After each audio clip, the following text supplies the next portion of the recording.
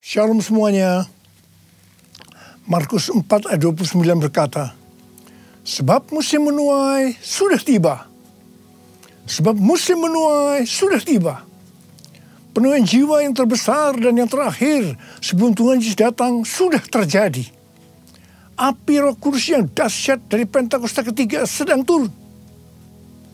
Pada waktu bulan Juli 2022 yang lalu, ketika saya berada di acara Pentecost Again Celebration di Azusa Street Prayer Tower, saya berkhotbah tentang lahirnya Pentakosta yang ketiga.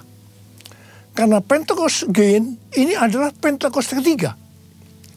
Di situ saya menerangkan bahwa bukan saya yang menciptakan Pentakosta yang ketiga, melainkan saya yang menyimpulkan atau menyusun kepingan-kepingan atau puzzle pewahyuan yang Tuhan berikan dan telah singkapkan kepada banyak hamba Tuhan.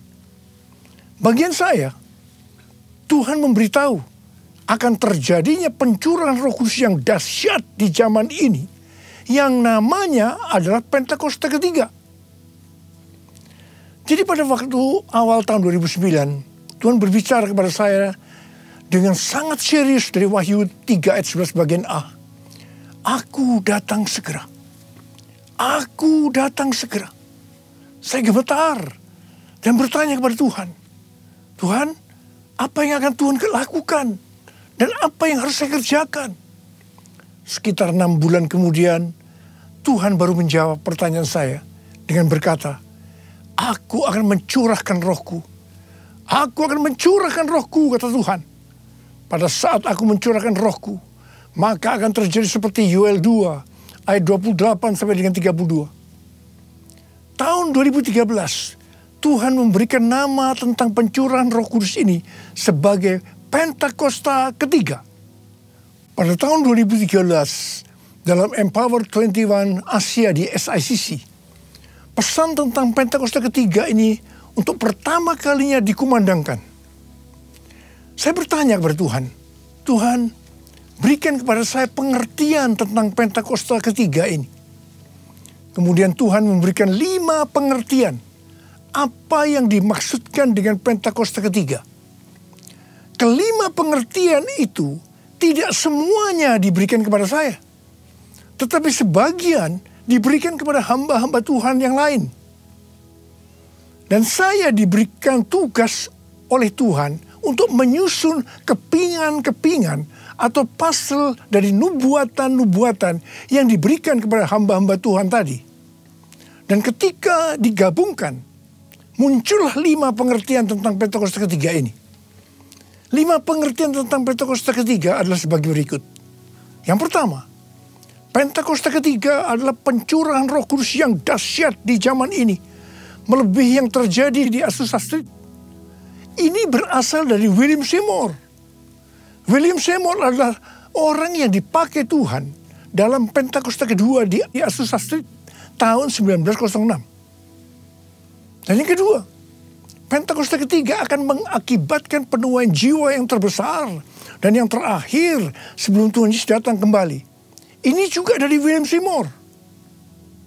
Dan yang ketiga, Pentakosta ketiga akan membangkitkan generasi Yeremia, yaitu anak-anak muda yang dipenuhi dengan Roh Kudus, cinta mati-matian kepada Tuhan Yesus, tidak kompromi terhadap dosa, dan akan bergerak untuk memenangkan jiwa.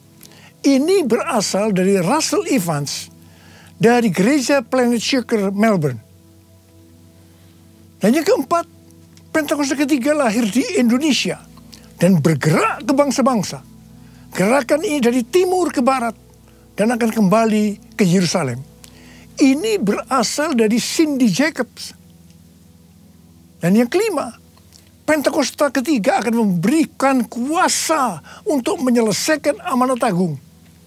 Dan setelah itu Tuhan Yesus datang kembali. Ini dari Tim Hill, Ketua Umum Church of God Amerika Serikat. Api Pentakosta menyala, api Pentakosta menyala. Api Pentakosta ketiga, api Pentakosta menyala, api Pentakosta menyala. Api, api, api, api, api, api Pentakosta ketiga. Api Pentakosta ketiga. Api Pentakosta ketiga. Dari tanggal 26 September 2022 sampai dengan 15 September tahun 2023, menurut kalender Ibrani, kita sedang memasuki tahun 5783 atau yang disebutkan dengan P Gimel. Memasuki tahun 5783 ini, kita akan melihat kasih karunia yang luar biasa yang akan dicurahkan kepada mereka yang sungguh-sungguh mencari Tuhan. Namun bersamaan dengan itu akan ada pembersihan di rumah Tuhan dan penghakiman terhadap dunia ini. Tuhan akan mengungkapkan dosa-dosa yang tersembunyi. Tidak ada sesuatu pun yang tertutup yang tidak akan dibuka. Dan tidak ada sesuatu pun yang tersembunyi yang tidak akan diketahui. Karena itu, apa yang kita katakan dalam gelap akan kedengaran dalam terang. Dan apa yang kita bisikkan ke telinga di dalam kamar akan diberitakan dari atas atap rumah.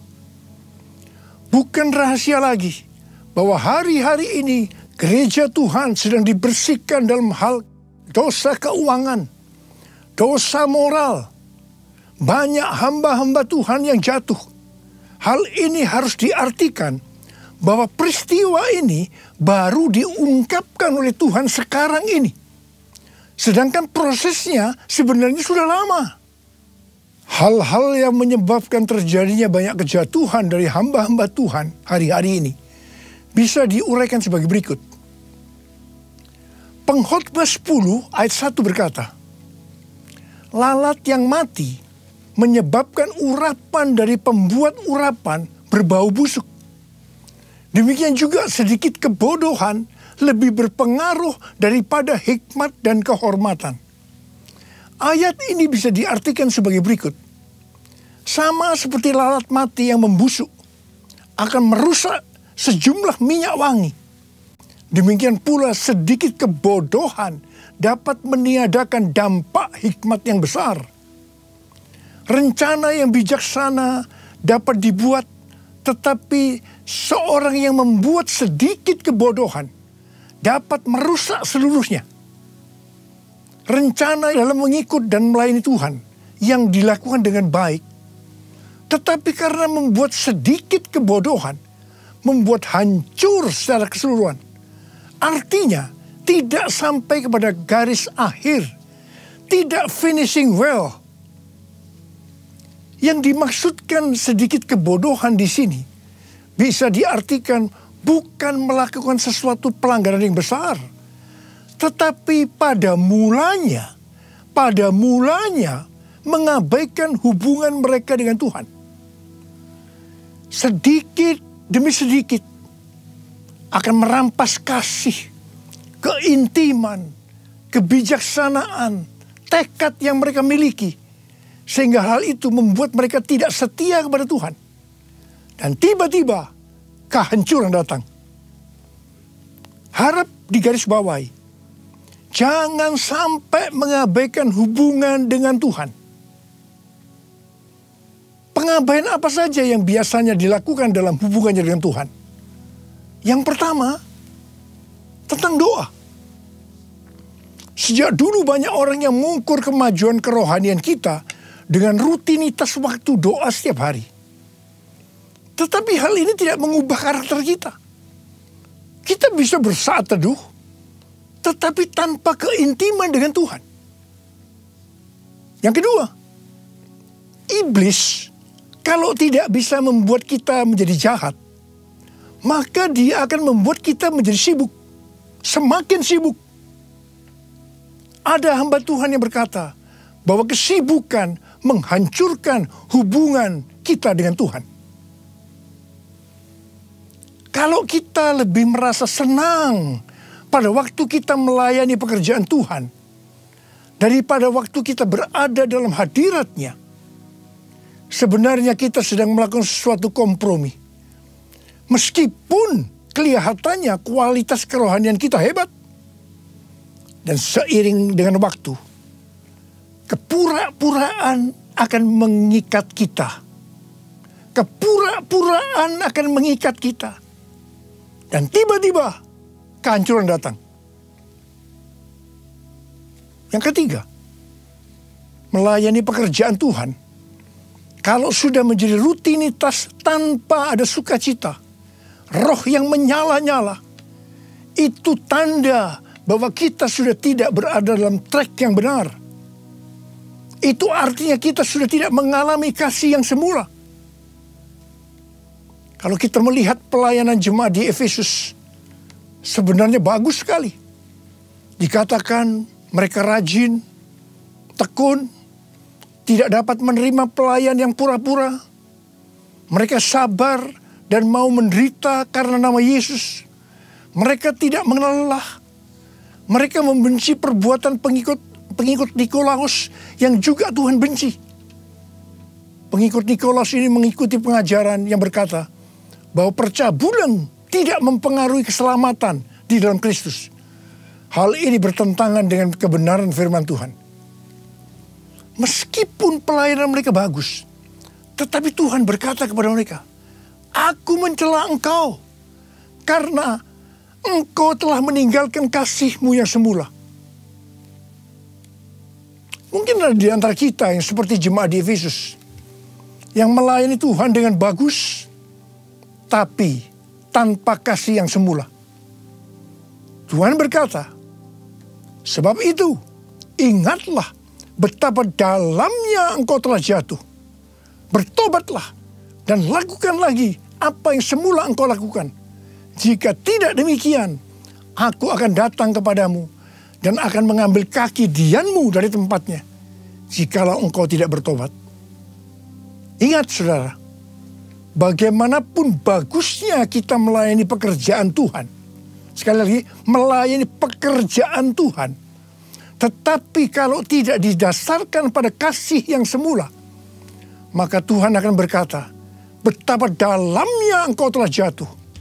Bertobat, bertobat, bertobat." Jesus,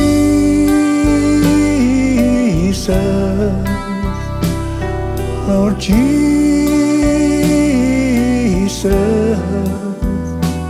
Lord Jesus, you're my first love. How I love you, oh how I love you, Jesus, Lord Jesus, Lord Jesus, you're my first love. How I love you, oh how I love you, Lord. 1 Yohanes 5 ayat 16 dan 17 berkata, "Kalau ada seorang melihat saudaranya berbuat dosa, yaitu dosa yang tidak mendatangkan maut, hendaklah ia berdoa kepada Allah, dan Dia akan memberikan hidup kepadanya, yaitu mereka yang berbuat dosa yang tidak mendatangkan maut." Ada dosa yang mendatangkan maut. Tentang itu, tidak kukatakan bahwa ia harus berdoa. Semua kejahatan adalah dosa, tetapi ada dosa yang tidak mendatangkan maut. Dosa yang tidak mendatangkan maut itu adalah dosa yang diakui. Sedangkan dosa yang mendatangkan maut adalah dosa yang tidak diakui. Dosa yang tidak mau diakui di hadapan Tuhan akan mengeraskan hati kita. Hati yang keras lama-kelamaan tidak akan peka terhadap suara Roh Kudus. Dan itu ujungnya adalah maut. Ujungnya adalah maut. Tetapi kalau kita bertobat dan mau mengakui dosa kita, meskipun itu berat dan sangat memalukan, itu tidak akan mendatangkan maut. Sebagai contoh dalam Alkitab adalah Daud.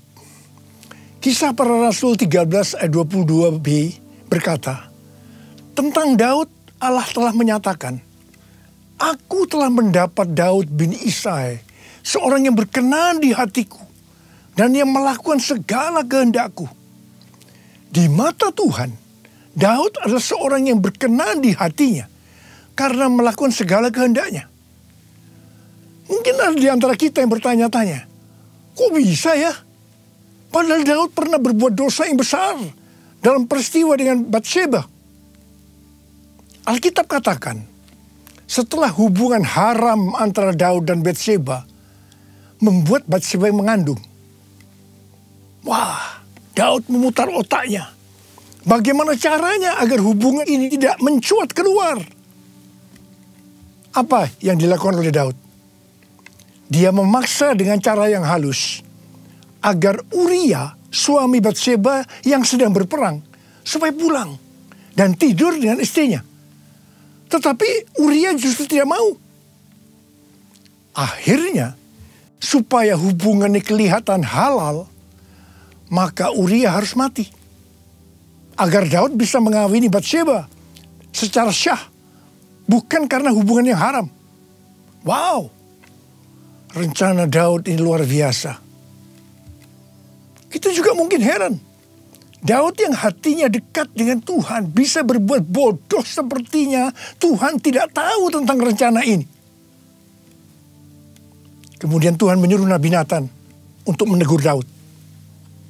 Nah, disinilah kita akan melihat respon Daud ketika ditegur tentang dosa yang disembunyikan itu.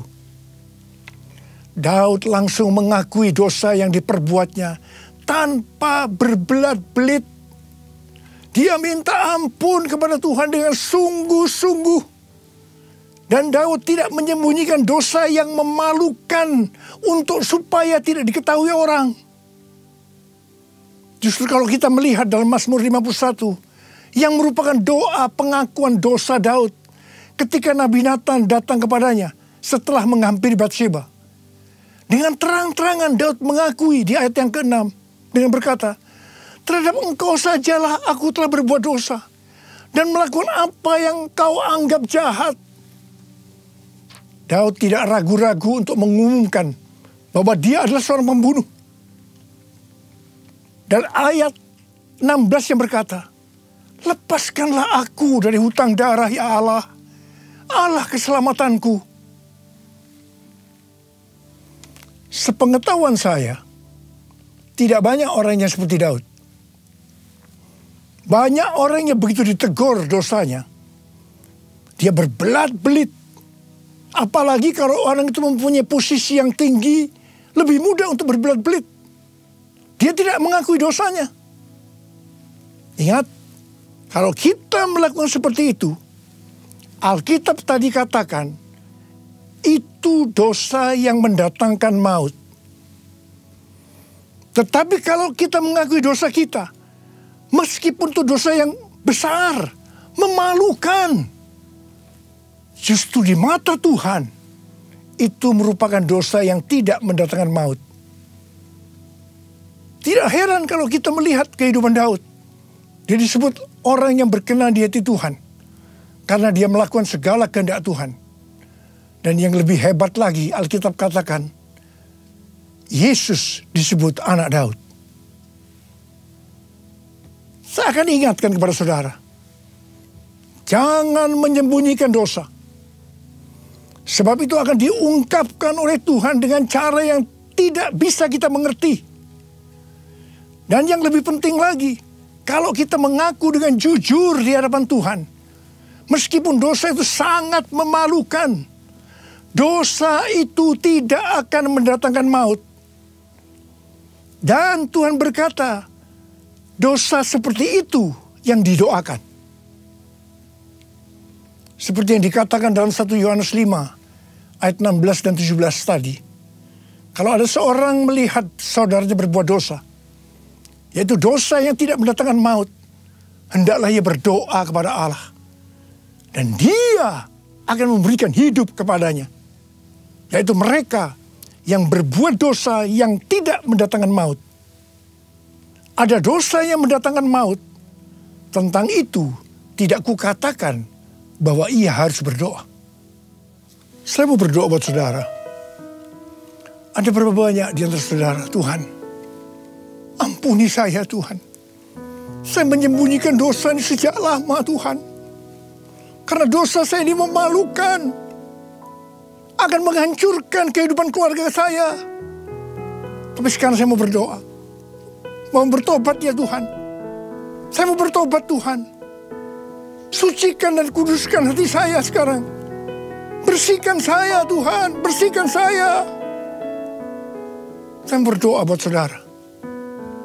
Sucikan dan kuduskan hati ini.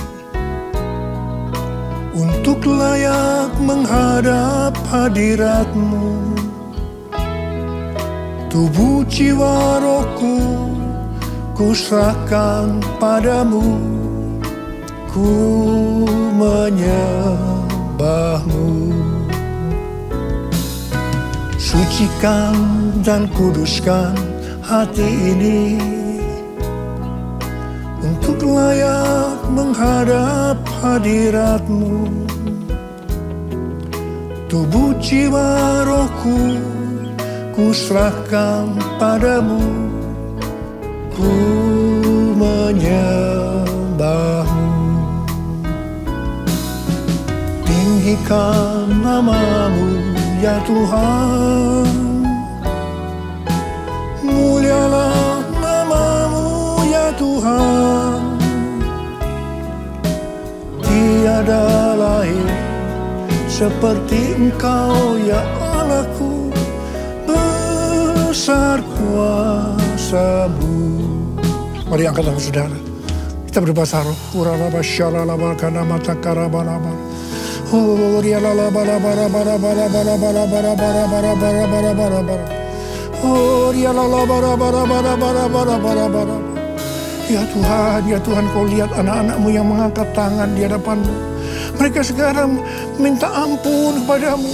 Mereka mengungkapkan dosa-dosa yang tersembunyi. Mereka akui saat ini Tuhan. Tuhan, sucikan dan kuduskan hati kami semua ya Tuhan. Untuk layak menghadap hadirat Tuhan. Ya Tuhan, bersihkan kami, bersihkan kami, bersihkan kami. Agar dosa yang kami lakukan tidak mendatangkan maut ya Tuhan. Oh rabababababababab, berkati anak-anak-Mu. Terima kasih Tuhan, terima kasih Tuhan, berkat-Mu melimpah.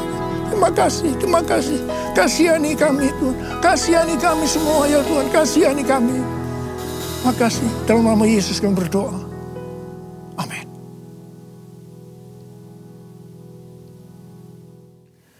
Mari saudara-saudara, kita akan masuk dalam perjamuan kudus. Kita akan mengingat ayat ini. Sebab setiap kali kamu makan roti ini dan minum cawan ini, kamu memberikan kematian Tuhan sampai Ia datang. Perjamuan kudus adalah perjamuan Tuhan Yesus sendiri. Setiap kali kita masuk dalam perjamuan kudus, Tuhan Yesus selalu berkata, biarlah ini menjadi peringatan akan daku. Karena itu mari arahkan hati saudara kepada kebaikan Tuhan. Kita akan mengingat kebaikan Tuhan. Mari tundukkan kepala. Bapa, siapakah kami sebelum kami mengenal Engkau? Kami semua orang berdosa. Upah dosa adalah maut, mati. Tapi Engkau yang tidak berdosa telah dijadikan dosa oleh karena kami. Engkau harus turun dari sorga mulia, menjelma menjadi manusia. Mati ganti kami dengan penderitaan yang luar biasa. Sungguh kalau kami pikirkan betapa baiknya Engkau ya Aba. Engkau jadikan kami sebagai anak-anak-Mu. Engkau berkati, Engkau tuntun, Engkau tegur kami, Engkau hajar kami kalau kami berbuat dosa. Engkau sembuhkan kami, itu Engkau ya Aba, itu Engkau. Tuhan akan memberkati kita semua melalui perjamuan kudus. Tapi Tuhan mau kita makan dan minum dengan cara yang benar. Karena itu sekali lagi, mari kita introspeksi. Sekali lagi, mari. Jangan menyembunyikan dosa. Akui di hadapan Tuhan. Akui di hadapan Tuhan. Ampuni. Ampuni kami ya Tuhan. ampuni kami, ampuni kami. Kau lihat anak-anakmu yang sedang meminta ampun kepadamu saat ini Tuhan. Ya Tuhan, ya Tuhan. Turunkan belas kasihan-Mu kepada kami semua ya Tuhan. Turunkan belas kasihan-Mu. Terima kasih Aba, terima kasih. Kami akan masuk dalam perjamuan kudus dengan hati yang penuh ucapan syukur. Dalam nama Yesus kami berdoa. Amin.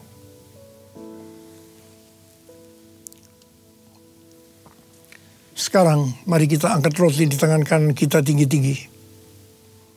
Sebab apa yang telah kuteruskan kepadamu telah aku terima dari Tuhan. Yaitu bahwa Tuhan Yesus pada malam waktu ia diserahkan mengambil roti. Dan sesudah itu ia mengucap syukur atasnya. Dia memecah-mecahkannya dan berkata, inilah tubuhku yang diserahkan bagi kamu. Perbuatlah ini menjadi peringatan akan aku. Saudara dikasih Tuhan, bukankah roti yang kita pecah-pecahkan ini adalah persekutuan kita dengan tubuh Kristus? Mari kita makan dalam nama Yesus.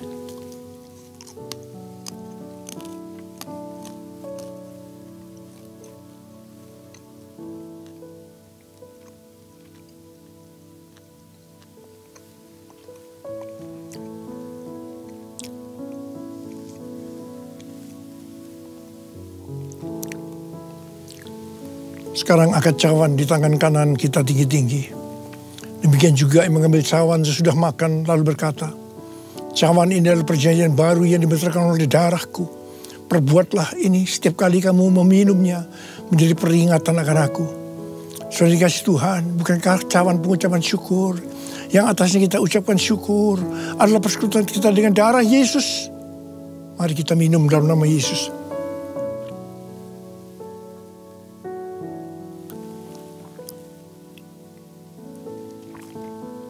Mari angkat tangan kita, ucapkan syukur dengan suara. Jangan diam, jangan diam.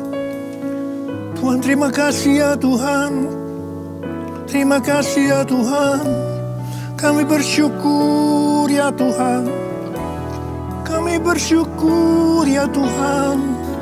Kami bersyukur ya Tuhan.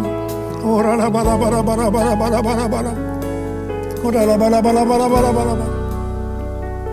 Kamu berdoa buat anak-anakmu. Siapa yang membutuhkan kesembuhan? Siapa yang membutuhkan mujizat Tuhan? Angkat tangan saudara. Uraraba sikarara, terima kesembuhan. Terima kesembuhan. Terima, terima, terima, terima, terima, terima mujizat Tuhan. Terima, terima, terima, terima.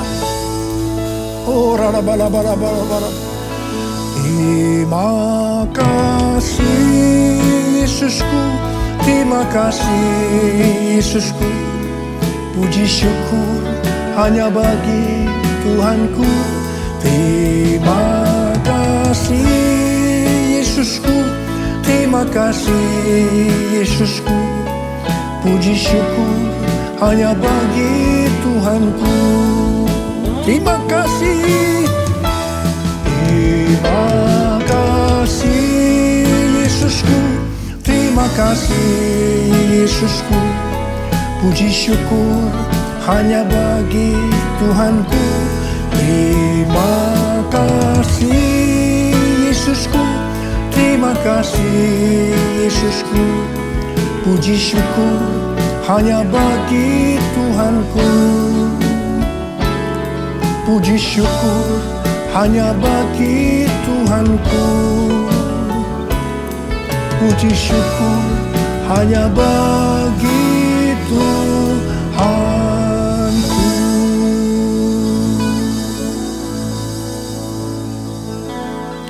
Sekarang terimalah berkat Tuhan. Kasih karunia berlimpah-limpah daripada Allah Bapa dalam Anak yang tunggal Yesus Kristus.